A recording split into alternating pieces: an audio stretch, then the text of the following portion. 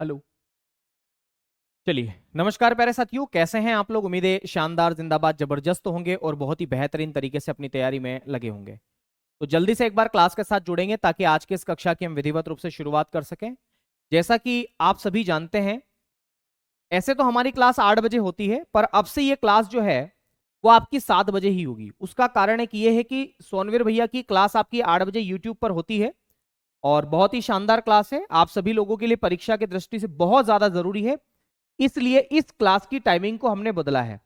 अब से ये क्लास आपकी 8 बजे नहीं, 7 बजे ही होगी। ठीक है? उसका कारण क्या है तो मैंने आपको बता दिया उसका कारण क्या है। 7 बजे क्लास आपकी हमेशा होगी। ठीक है? तो लास्ट क्लास में हम लोग बैंकिंग के बारे में पढ़ रहे थे। आपको पता होगा बैंकिंग के बारे में हमने पढ़ा था और बैंकिंग में भी आरबीआई के बारे में हमने शुरुआत की थी, रिजर्व बैंक ऑफ इंडिया के बारे में। तो रिजर्व बैंक ऑफ इंडिया, इसके बारे में काफी कुछ बातें हमने चर्चा कर ली थी कि रिजर्व बैंक ऑफ इंडिया जो है उसकी स्थापना कब की गई, उसका मुख्यालय कहां पर है।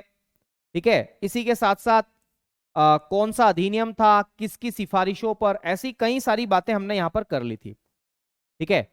मुझे एक बात बताओ, रिजर्व बैंक ऑफ इंडिया जो है इसका इसका प्रतीक चिन्ह क्या है? उससे आगे की हम चर्चा करते हैं। तो आरबीआई का लोगो क्या है? लोगो, प्रतीक चिन्ह का मतलब होता है लोगो। बता सकते हैं इसका लोगो क्या है? तो इसका लोगो है बंगाल टाइगर और ताड़ का पेड़। बंगाल टाइगर और ताड़ का पेड़। ताड़ के पेड़ को हम पाम ट्री के नाम से जानते हैं। ठीक है? बंगाल टाइगर और ताड़ का पेड़। ताड़ का पेड़ यानी कि पाम ट्री। क्या बोलते हैं? Palm tree. अगर आपसे यह पूछा जाए कि आरबीआई की स्थापना के समय जमा पूंजी कितनी थी, कुल कितनी कैपिटल के साथ में इसको स्टैब्लिश किया गया था, तो मैं आपको बता दूं कि आरबीआई स्थापना के समय पर जमा पूंजी कितनी थी। तो 5 करोड़ रुपए।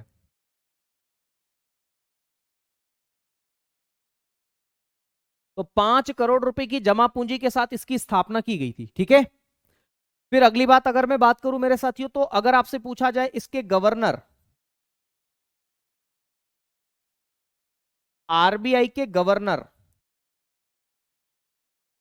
तो मैं गवर्नर जी के बारे में आपको बताना चाहूंगा कि गवर्नर जी को अपॉइंट किसके द्वारा किया जाता है?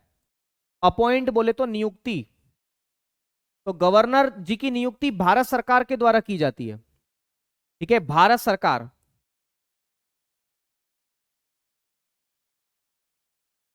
तो भारत सरकार यानी कि गवर्नमेंट ऑफ इंडिया के द्वारा इनको अपॉइंट किया जाता है, पहली बात तो ये। और इनका जो टेन्यूअर है वो कितना है? तो 3 साल, ऐसे 3 साल के लिए करती ही है। ठीक है? तो कार्यकाल कितना है? 3 साल।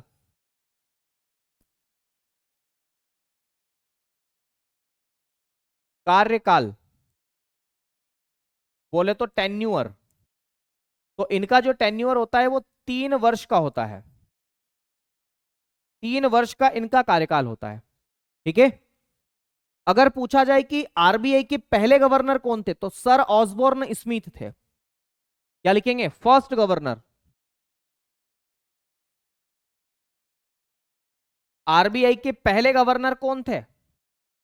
तो sir Osborne Smith. Sir Osborne Smith.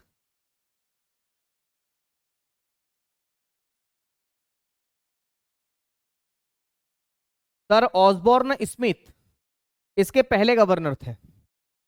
दूसरे गवर्नर का नाम क्या है? सेकंड गवर्नर तो जेम्स टेलर।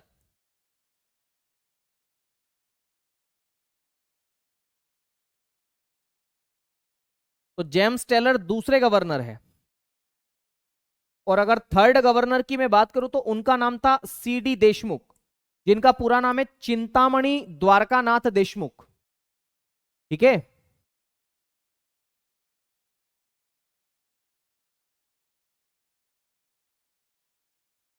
तो लिखेंगे चिंतामणि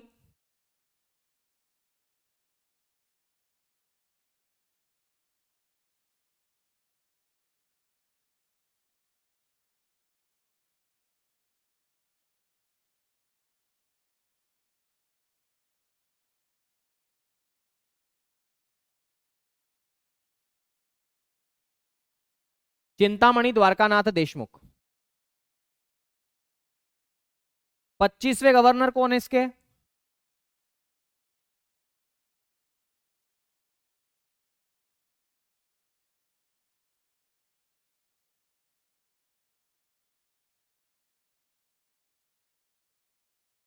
शक्तिकांत दास।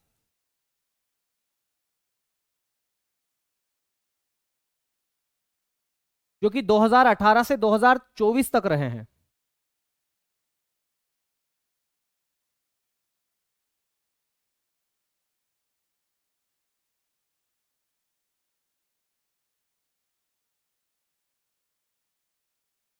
जो वर्तमान गवर्नर है ये 26वें गवर्नर है। ठीक है, और इनका नाम क्या है? संजय मल्होत्रा जी।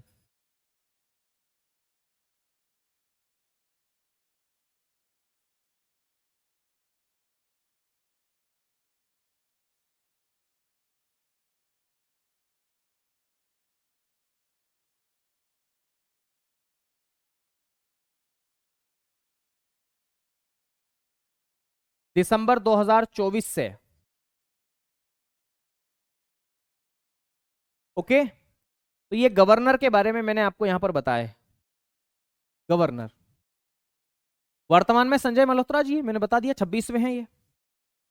ठीक है, आरबीआई। अब हम आरबीआई के कार्यों के बारे में चर्चा कर लेते हैं।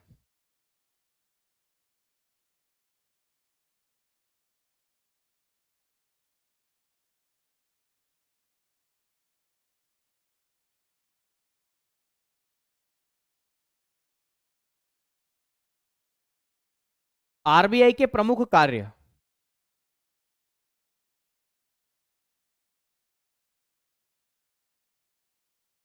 कार्य को हम फंक्शन बोलते हैं।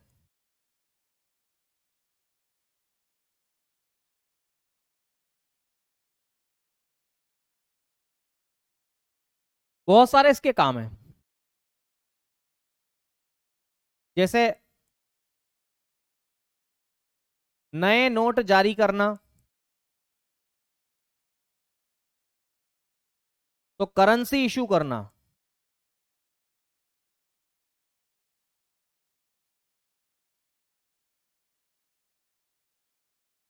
Currency issuer. तो आरबीआई क्या करता है पता है ना आपको? करेंसी को जारी करता है, नए नोटों को जारी करता है। तो नए नोटों को जारी करने की जिम्मेदारी किसकी है? आरबीआई की है, याद रखना है।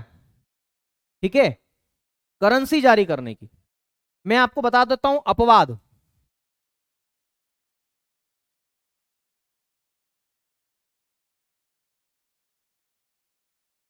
इसमें अपवाद मैं आपको बता देता हूं। 1 रुपये का जो नोट है,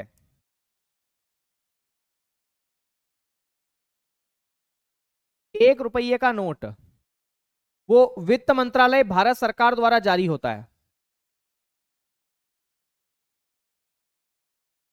वित्त मंत्रालय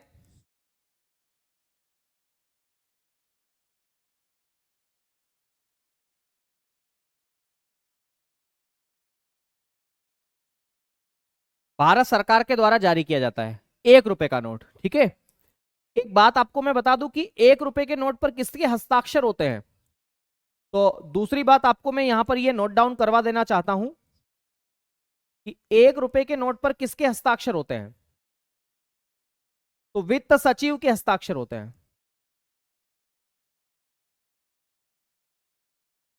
वित्त सचिव, फाइनेंस सेक्रेटरी,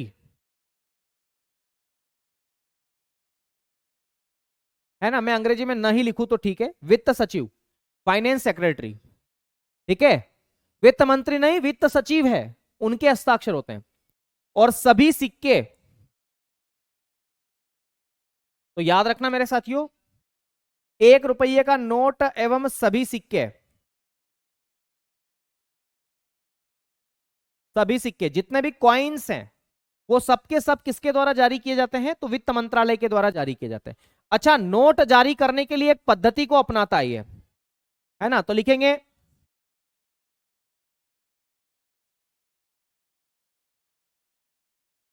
नोट जारी करने के लिए न्यूनतम आरक्षित प्रणाली को अपनाता है।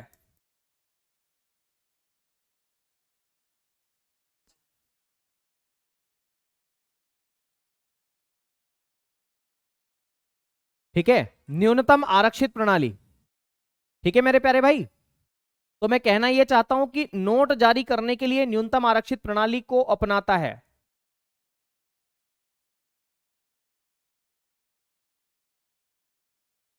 न्यूनतम आरक्षित प्रणाली, minimum reserve system, minimum reserve system.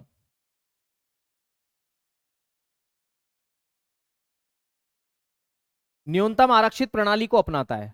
तो जब भी नए नोट जारी करता है वो एक सिस्टम को अपनाता है जिसे न्यूनतम आरक्षित प्रणाली बोलते हैं। और मैं आपको बता दूं कि जो मिनिमम रिजर्व सिस्टम है ये कितने का है, तो ये 200 करोड़ रुपए का है। अगर आरबीआई के अकाउंट में 200 करोड़ रुपए होंगे तभी नए नोट जारी करेगा, नहीं तो वो नोट जारी नहीं करता है। तो 200 करोड़ रुपए का ये रिजर्व सिस्टम है। कितने का है? 200 करोड़ रुपए का ये रिजर्व सिस्टम है। ठीक है प्यारे दोस्त, अब अगर आपसे ये पूछा जाए कि इसमें 115 करोड़ रुपए का क्या होता है, बता सकते हैं क्या होता है 115 करोड़ रुपए का? जल्दी से बताएंगे। हाँ, ओके ओके ओके, बहुत बढ़िया, बताएं बताएं।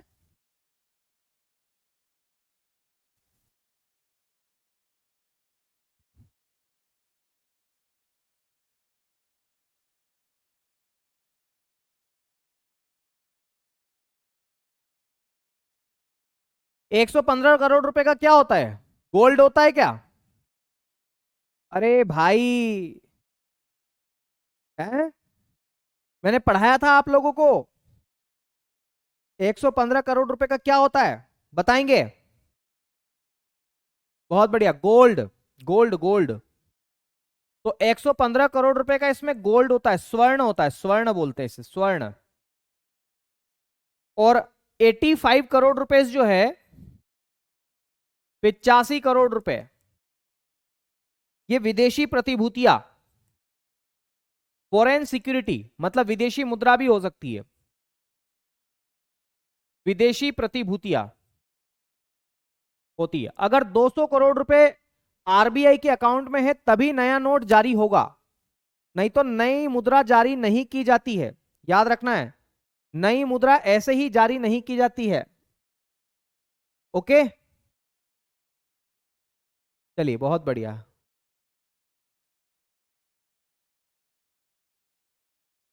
तो मुद्रा जारी करने के लिए कौन सी प्रणाली को अपनाया जाता है? तो मैंने आपको बताया कि मिनिमम रिजर्व सिस्टम को अपनाया जाता है। बढ़े आगे। अच्छा, एक बात और आपको याद रखना है कि जितने भी नोट है 1 रुपए के नोट को छोड़कर उन सभी को आरबीआई जारी करता है। ठीक है, और उन सब पर आरबीआई गवर्नर के हस्ताक्षर होते हैं। तो लिखेंगे, नोट बना करके लिख लो यहां पर, नोट।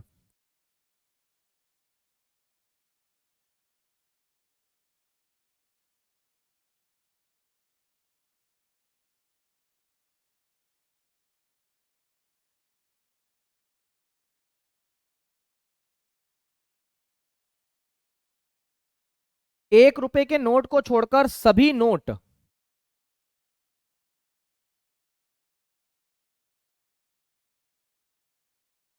आरबीआई द्वारा जारी, है ना?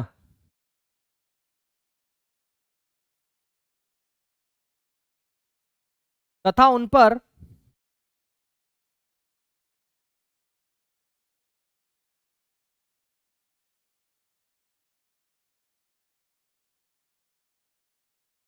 आरबीआई गवर्नर के हस्ताक्षर होते हैं। तथा उनके ऊपर किसके हस्ताक्षर होते हैं? तो आरबीआई गवर्नर के हस्ताक्षर होते हैं। याद रखना है, आरबीआई गवर्नर के हस्ताक्षर होते हैं। तो नए नोट जारी करने का काम किसका है? आरबीआई का है। ठीक है, इंग्लिश में भी बता दो, ऐसे तो मैंने बताई है। 1 रुपए का जो नोट है, नोट को नोट ही बोलते हैं, उस पर किसके हस्ताक्षर होते हैं, किसके साइन होते हैं? तो फाइनेंस सेक्रेटरी के साइन होते हैं।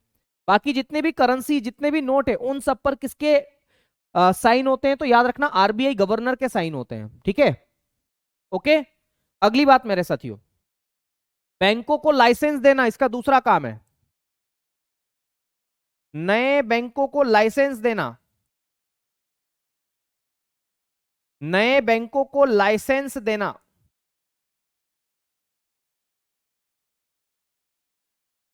नए बैंकों को लाइसेंस देना एवं रद्द करना।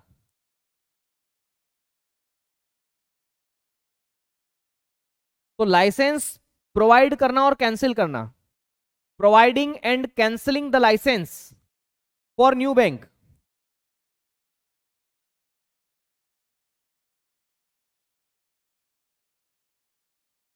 थोड़ा कैंसिल की स्पेलिंग देख लेना।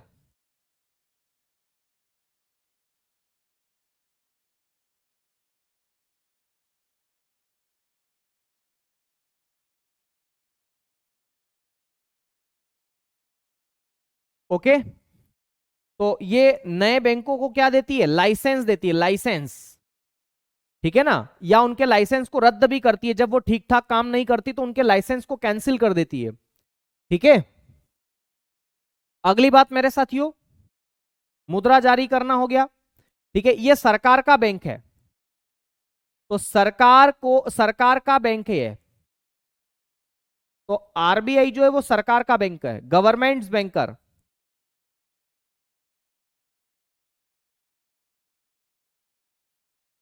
ठीक है, सरकार का मतलब होता है राज्य सरकार और केंद्र सरकार दोनों। तो जब भी कभी सरकार को पैसों की आवश्यकता पड़ती है, चाहे राज्य सरकार को या फिर सेंट्रल गवर्नमेंट को, केंद्र सरकार को, तो वो आरबीआई से लोन ले सकती है। ठीक है, अगला लिखेंगे, बैंकों का बैंक है ये।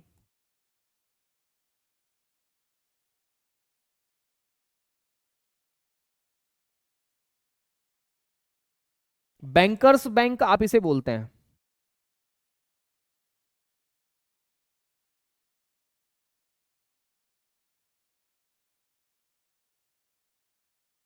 बैंकर्स बैंक ये बैंकों का बैंक है ना।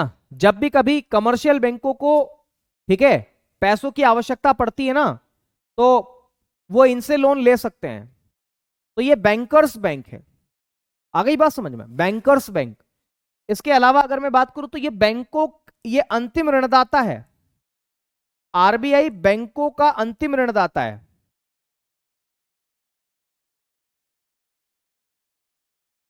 आरबीआई बैंकों का अंतिम ऋणदाता, लास्ट लेंडर ऑफ बैंक।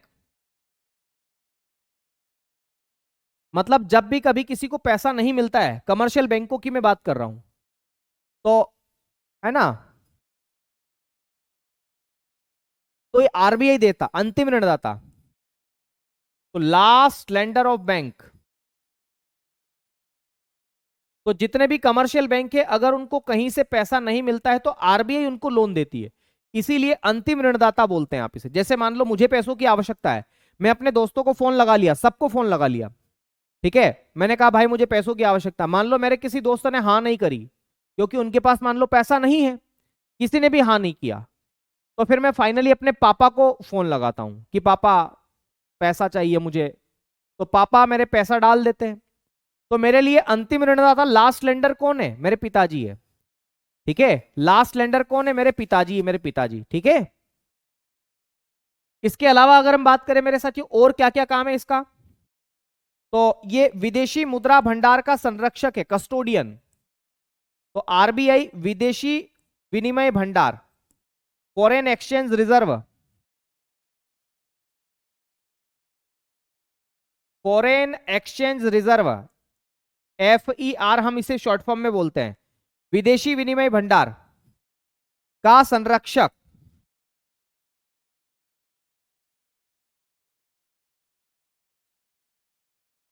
ठीक है, का संरक्षक है। तो विदेशी विनिमय भंडार का यह संरक्षक है, कस्टोडियन। ठीक है, विदेशी विनिमय भंडार क्या है? तो गुल्लक है, गुल्लक। ये गुल्लक है, इसके अंदर डॉलर है, इसके अंदर जापानी येन है, ये डॉलर, ये जापानी येन, ये यूरो, ठीक है, ये रुपया।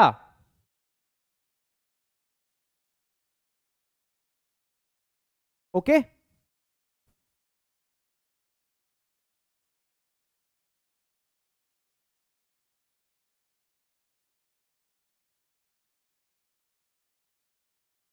बताओ।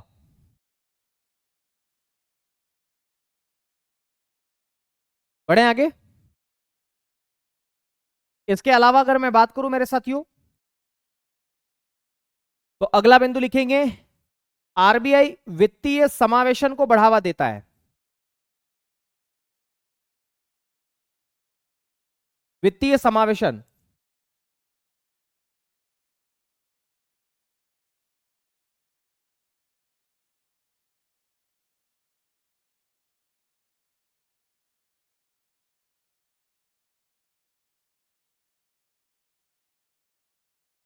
वित्तीय समावेशन फाइनेंशियल इंक्लूजन को बढ़ावा देता है।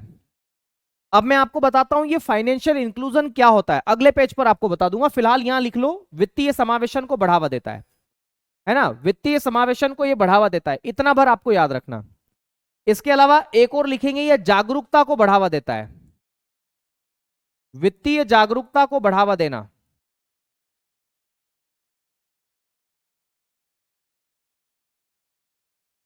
वित्तीय जागरूकता, फाइनेंशियल अवेयरनेस,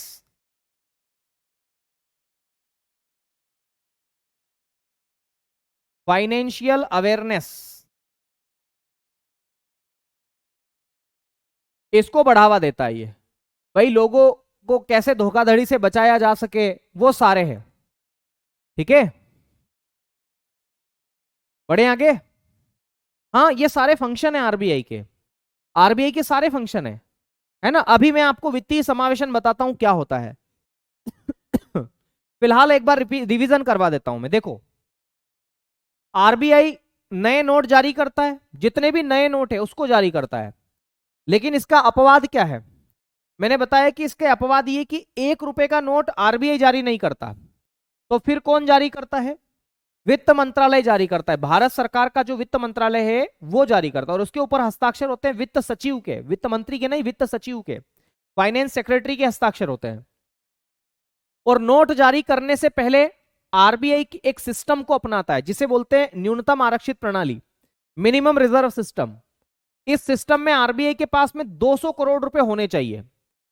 200 करोड़ रुपए अगर हैं तभी आरबीआई नए नोट को जारी करेगा, नहीं तो नोट जारी नहीं करेगा। और 200 करोड़ रुपए में से 115 करोड़ रुपए का गोल्ड हो सकता है, चलेगा, और 85 करोड़ रुपए विदेशी प्रतिभूतियां हो सकती है। विदेशी प्रतिभूतियों का मतलब होता है विदेशी मुद्रा, जैसे जापानी येन, ब्रिटिश पाउंड, है ना, स्टर्लिन, रुपया, डॉलर, वो सब। ठीक है, चलिए, बहुत बढ़िया, बहुत बढ़िया, क्या बात है सर, पीडीएफ से पढ़ा दीजिए। नहीं भाई, ठीक है, पीडीएफ नहीं, पीडीएफ का उपयोग यहां नहीं होगा। ठीक है, अभी नाराज हो जाएंगे सब लोग। ठीक है, फिर मैंने बताया कि ये नए बैंकों को लाइसेंस देता है, और अगर वो बैंक आरबीआई की गाइडलाइन या दिशा निर्देशों का पालन नहीं करते हैं तो उनके लाइसेंस को रद्द भी कर देता है ये। फिर इसका एक और काम है, ये सरकार का बैंकर है। जब भी किसी राज्य सरकार को या केंद्र सरकार को या संघ शासित सरकार को पैसों की आवश्यकता पड़ती है तो वो इससे लोन ले सकते हैं। आ गई बात समझ में। ये सरकार का बैंकर है, मैंने बता दिया, ये बैंकों का बैंक भी है। जब भी किसी व्यापारिक बैंकों को, कमर्शियल बैंकों को पैसों की आवश्यकता पड़ती है वो आरबीआई से लोन ले सकती है। ठीक है, और आरबीआई उनको लोन देगा। अगला है, आरबीआई बैंकों का अंतिम ऋणदाता है, लास्ट लेंडर बोलते हैं आप इसे।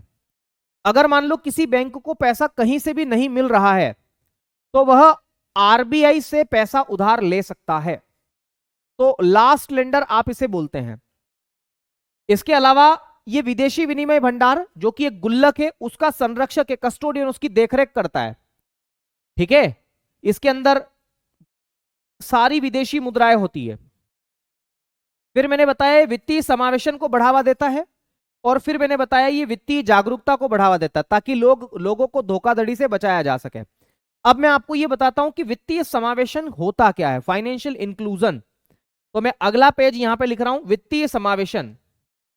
वित्तीय समावेशन क्या होता है, वित्तीय समावेशन।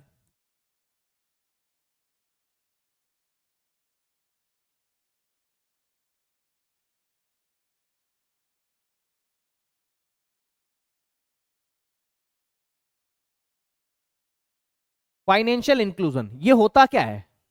वित्तीय समावेशन का मतलब क्या होता है? तो वित्तीय समावेशन का मतलब होता क्या है, मैं आपको बताता हूं क्या होता है इसका मतलब।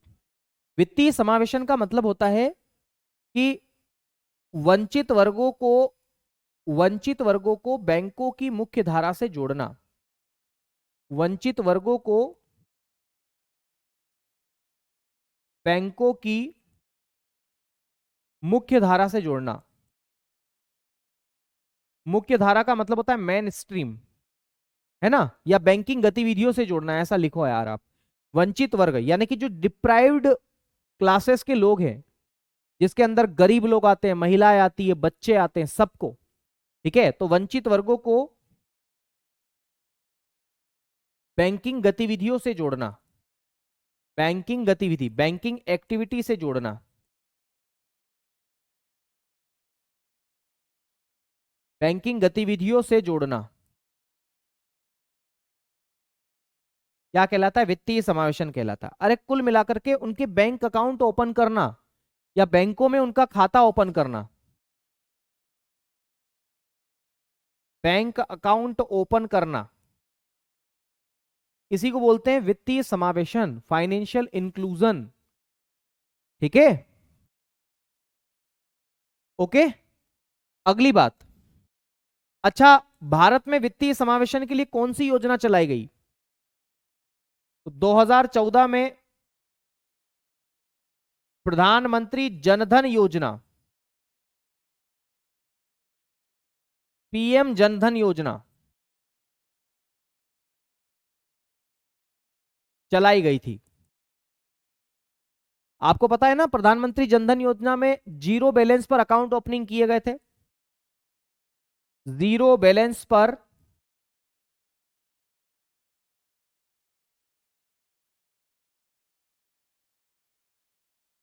अकाउंट ओपन किए गए थे। तो जीरो बैलेंस पर इसमें अकाउंट ओपन किए गए थे, इसी को वित्तीय समावेशन के नाम से जाना जाता है।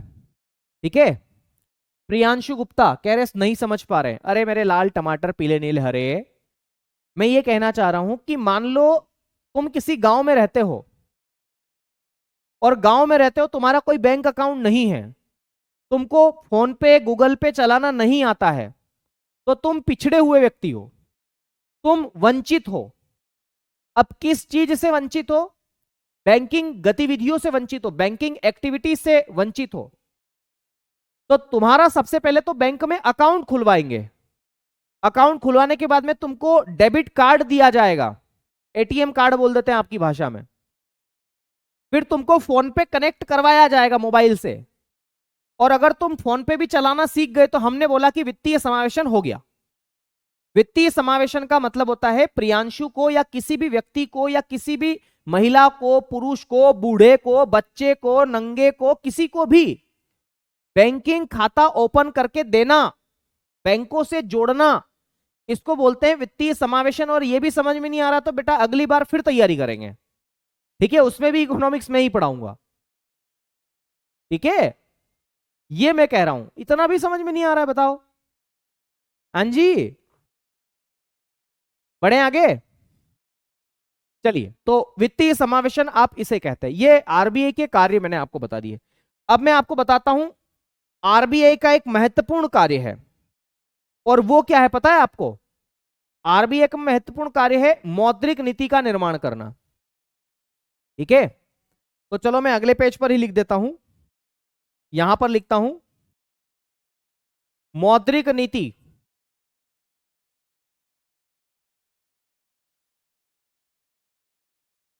मौद्रिक नीति, इसी को हम साख नियंत्रण नीति भी बोलते हैं, credit control policy.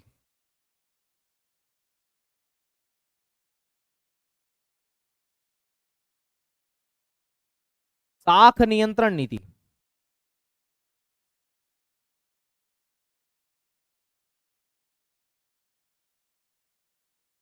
Credit control policy. और मौद्रिक नीति को हम लोग किस नाम से जानते हैं? Monetary policy.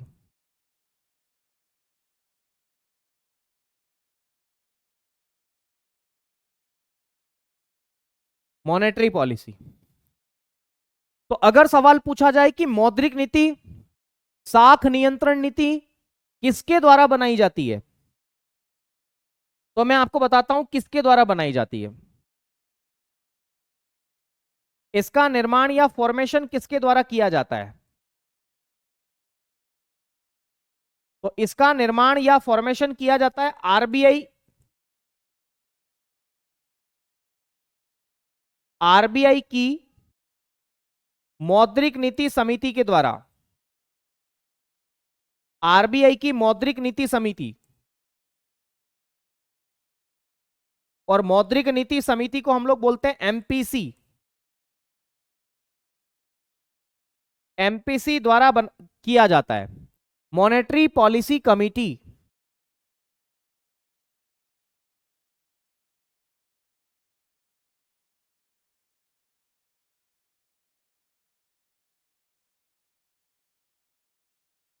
Monetary policy committee ये क्या बनाती है? तो ये बनाती है मौद्रिक नीति। अब आपके मन में सवाल आएगा कि ये मौद्रिक नीति समिति जो है, मौद्रिक नीति समिति जो है, इसमें कुल सदस्यों की संख्या कितनी होती है? टोटल मेंबर्स कितने होते हैं इसके अंदर? तो मेरे दोस्त इसमें टोटल 6 मेंबर होते हैं। एमपीसी में 6 मेंबर होते हैं। ये 6 मेंबर मिलके मॉनेटरी पॉलिसी को बनाते हैं। ये 6 मेंबर मिलके साख नियंत्रण नीति को बनाते हैं, क्रेडिट कंट्रोल पॉलिसी को बनाते हैं। ठीक है, इनमें से 3 मेंबर आरबीआई के होते हैं और 3 मेंबर सरकार के होते हैं, गवर्नमेंट के। ये टोटल 6 मेंबर मिल करके मौद्रिक नीति को बनाते हैं। ठीक है, ये 6 मेंबर मिल करके मौद्रिक नीति को बनाते हैं। कब बनाते हैं? हर 2 महीने में बनाते हैं। तो याद रखना, इसका निर्माण द्विमासिक आधार पर किया जाता है। द्विमासिक, द्विमासिक, बाय मंथली, बाय मंथली, द्विमासिक बनाई जाती है। मतलब हर 2 महीने में बनाई जाती है ना? हर 2 महीने में बनाया जाता है इसको। मौद्रिक नीति को हर 2 महीने में बनाया जाता है। सवाल पूछा जा सकता है कि मौद्रिक नीति समिति की अध्यक्षता किसके द्वारा की जाती है? इसकी चेयरमैनशिप किसके द्वारा की जाती है? आरबीआई गवर्नर के द्वारा। तो आरबीआई गवर्नर इसकी अध्यक्षता करता है। चेयरपर्सन, चेयरपर्सन कौन होता है इसका? तो याद रखना, आरबीआई गवर्नर इसका चेयरपर्सन होता है। हर 2 महीने में बनाता है। ठीक है, आरबीआई फुल फॉर्म, अरे मेरे प्यारे भाई, रिजर्व बैंक ऑफ इंडिया। बताओ, बढ़े आगे? कोई समस्या?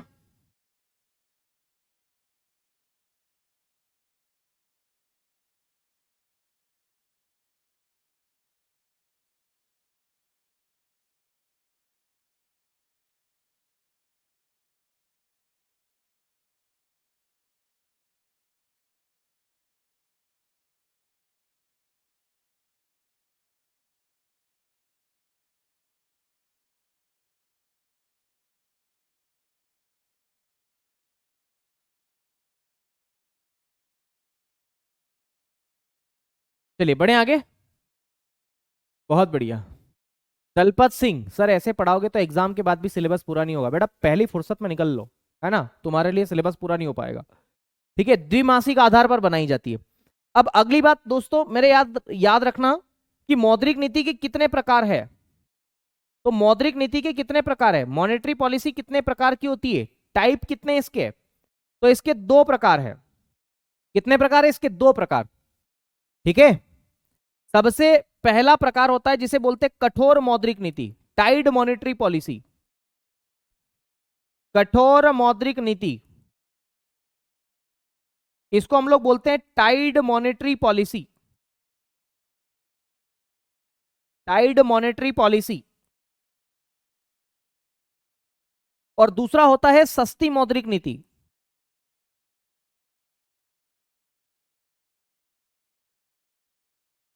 सस्ती मौद्रिक नीति, और इसको हम लोग बोलते हैं इजी मॉनेटरी पॉलिसी।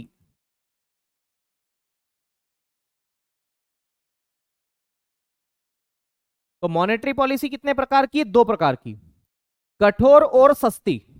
कठोर का मतलब होता है टाइड और सस्ती का मतलब होता है इजी। तो मैंने क्या बताया, मॉनेटरी पॉलिसी, इसी को साख नियंत्रण नीति भी बोलते हैं।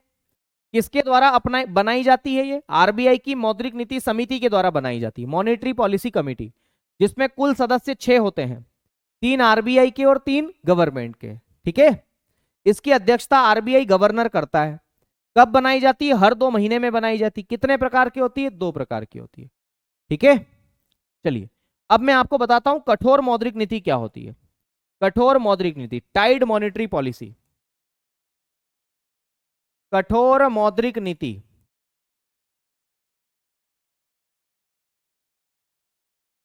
कठोर मौद्रिक नीति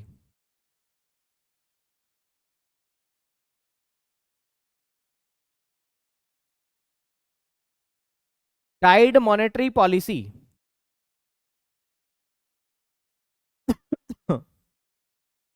कठोर मौद्रिक नीति के नाम से आप इसे जानते हैं, टाइट मॉनेटरी पॉलिसी। अब ये टाइट मॉनेटरी पॉलिसी होती क्या है और क्यों अपनाई जाती है? तो इसमें लिखेंगे सबसे पहली बात तो ये क्यों अपनाई जाती है। तो मेरे प्यारे भाई मैं आपको बताता हूं, ठीक है, इसको क्यों अपनाया जाता है और किस लिए जरूरी है ये। तो टाइट मॉनेटरी पॉलिसी को इसलिए अपनाया जाता ताकि महंगाई को नियंत्रित किया जा सके। तो महंगाई को इकोनॉमिक्स की भाषा में मुद्रास्फीति बोलते हैं, अंग्रेजी में इन्फ्लेशन बोलते हैं। तो मुद्रास्फीति या इन्फ्लेशन या महंगाई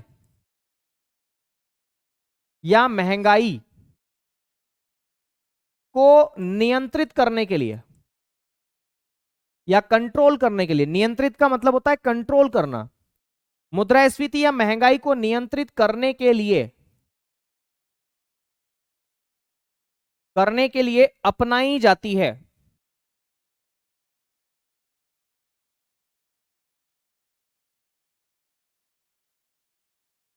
करने के लिए अपनाई जाती है, ठीक है। तो महंगाई को नियंत्रित करने के लिए अपनाई जाती है कौन सी? कठोर मौद्रिक नीति। इसमें क्या किया जाता है? तो लिखेंगे इसमें ब्याज दरों को बढ़ाया जाता है। इसमें ब्याज दर, इंटरेस्ट रेट को बढ़ाया जाता है। इसमें ब्याज दरों को बढ़ाया जाता है।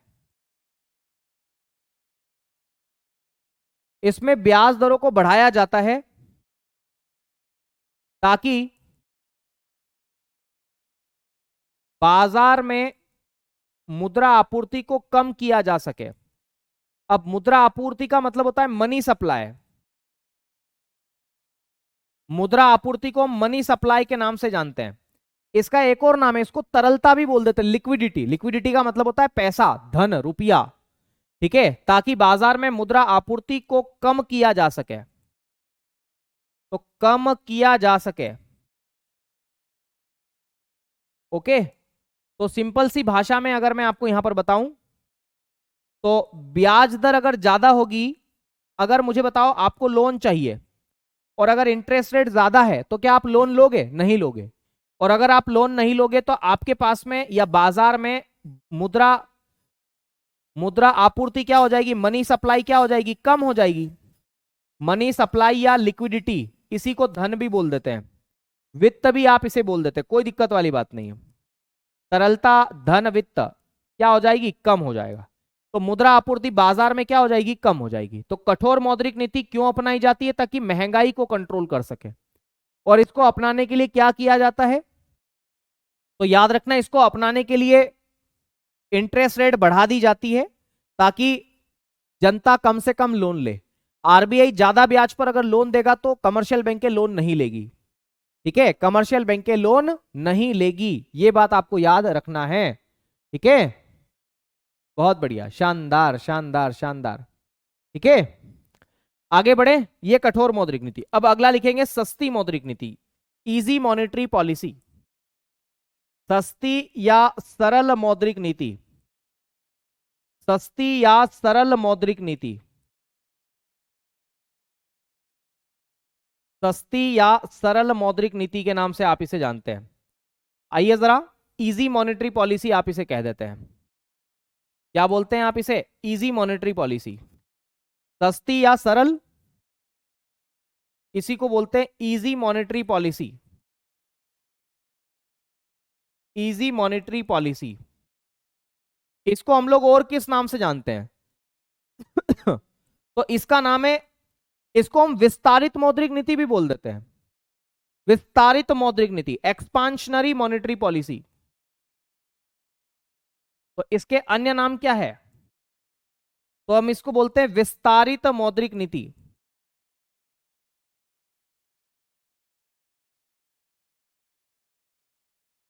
विस्तारित मौद्रिक नीति,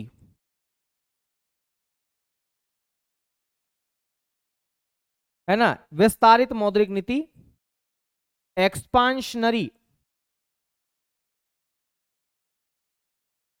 एक्सपांशनरी मॉनेटरी पॉलिसी, है ना?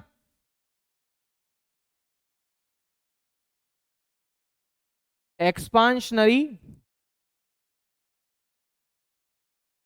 मॉनेटरी पॉलिसी आप इसे बोलते हैं, पहली बात, है ना? विस्तार देना, पैसों को बढ़ाना मार्केट में कुल मिलाकर के। दूसरी बात, इसको लिबरल या उदारवादी नीति भी बोलते हैं। उदारवादी नीति, liberal policy, liberal monetary policy आप इसे बोले, लिबरल मॉनेटरी पॉलिसी।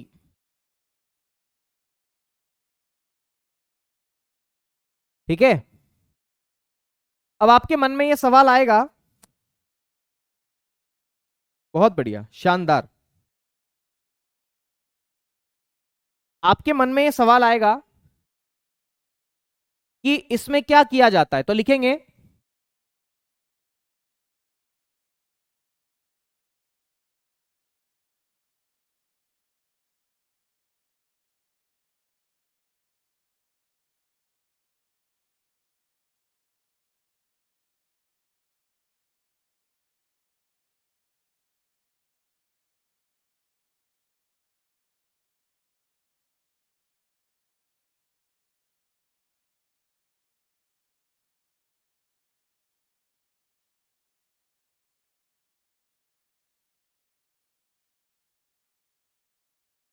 देखो इसमें क्या किया जाता है, तो इसमें सस्ती ब्याज दर की जाती है या ब्याज दरों को कम किया जाता है। जब ब्याज दर को कम करेंगे तो बाजार में ज्यादा से ज्यादा पैसा होगा, तो इसमें ब्याज दरों को कम करके बाजार में मुद्रा आपूर्ति, मनी सप्लाई,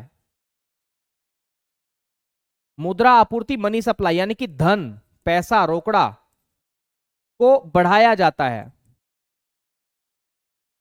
मुझे एक बात बताओ, अगर बैंक आपको सस्ता लोन देगी तो आप नहीं लोगे क्या लोन? मुझे देगी सस्ता तो मैं तो ले लूंगा 10-20 करोड़, पर दे तब ना, देती ही नहीं है। ठीक है?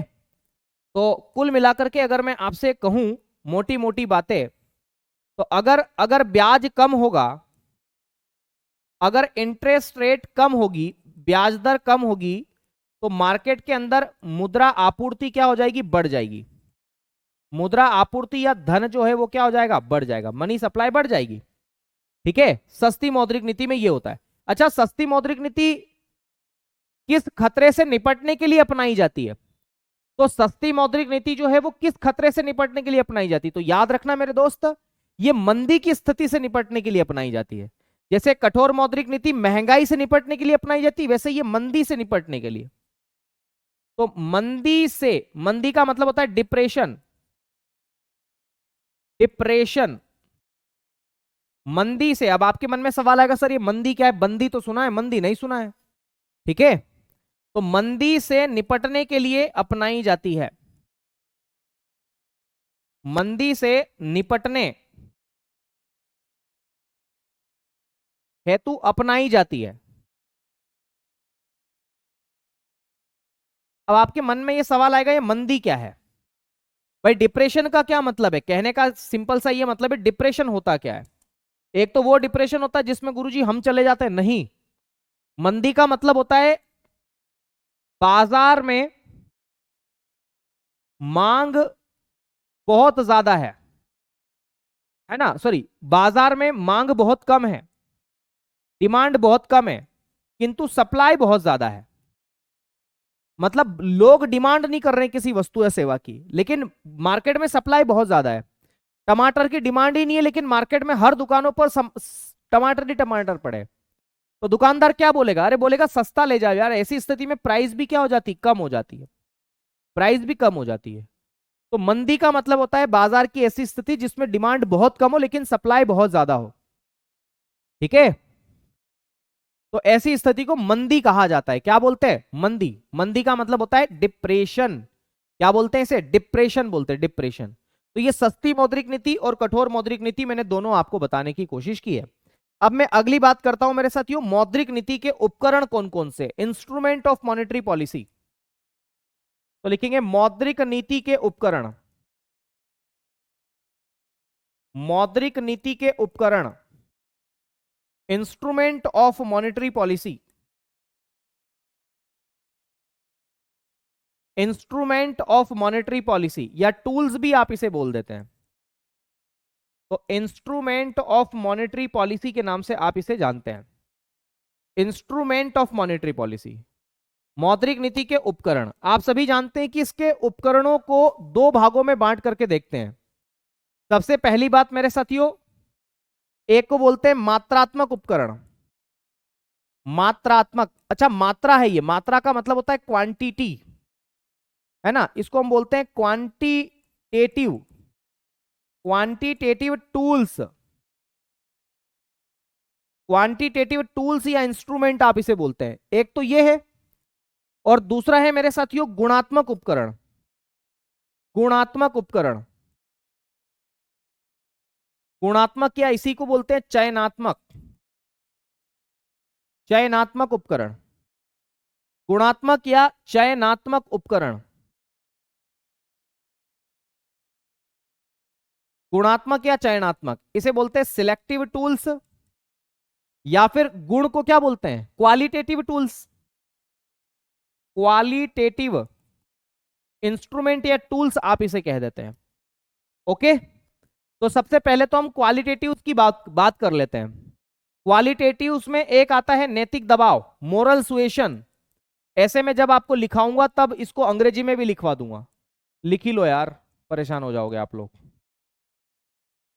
Moral suasion. एक होता है प्रत्यक्ष कार्यवाही, डायरेक्ट एक्शन। प्रत्यक्ष कार्यवाही, इसको हम बोलते हैं डायरेक्ट एक्शन। एक होता है साख राशनिंग, क्रेडिट ऑफ राशनिंग बोलते हैं, साख राशनिंग। ठीक है, बस ये तीन याद रखना। अब मात्रात्मक में क्या क्या होते हैं? एक होता है रेपो रेट, रेपो रेट। एक होता है रिवर्स रेपो रेट। एक होता है बैंक रेट। एक होता है OMO, open market operations. SLR, CRR, MSF rate, SDF rate, है ना? इनके बारे में हम कल जानकारी लेंगे कि ये क्या क्या है। ठीक है, आज के लिए इतना ही करेंगे। ओके प्यारे दोस्त, तो आज के लिए इतना ही, बाकी शेष वार्ता आपसे करेंगे कल। तो कल की क्लास में हम इससे आगे की कहानी को देखने की कोशिश करेंगे। उम्मीद करता हूं ये सारी बातें आपको समझ में आ गई होगी। चलिए, बाकी वार्ता आपसे करेंगे कल। कैसी लगी आपको क्लास? एक बार कमेंट बॉक्स में जरूर जरूर बताइएगा मुझे। ठीक है, चलिए, नमस्कार, शुक्रिया, धन्यवाद।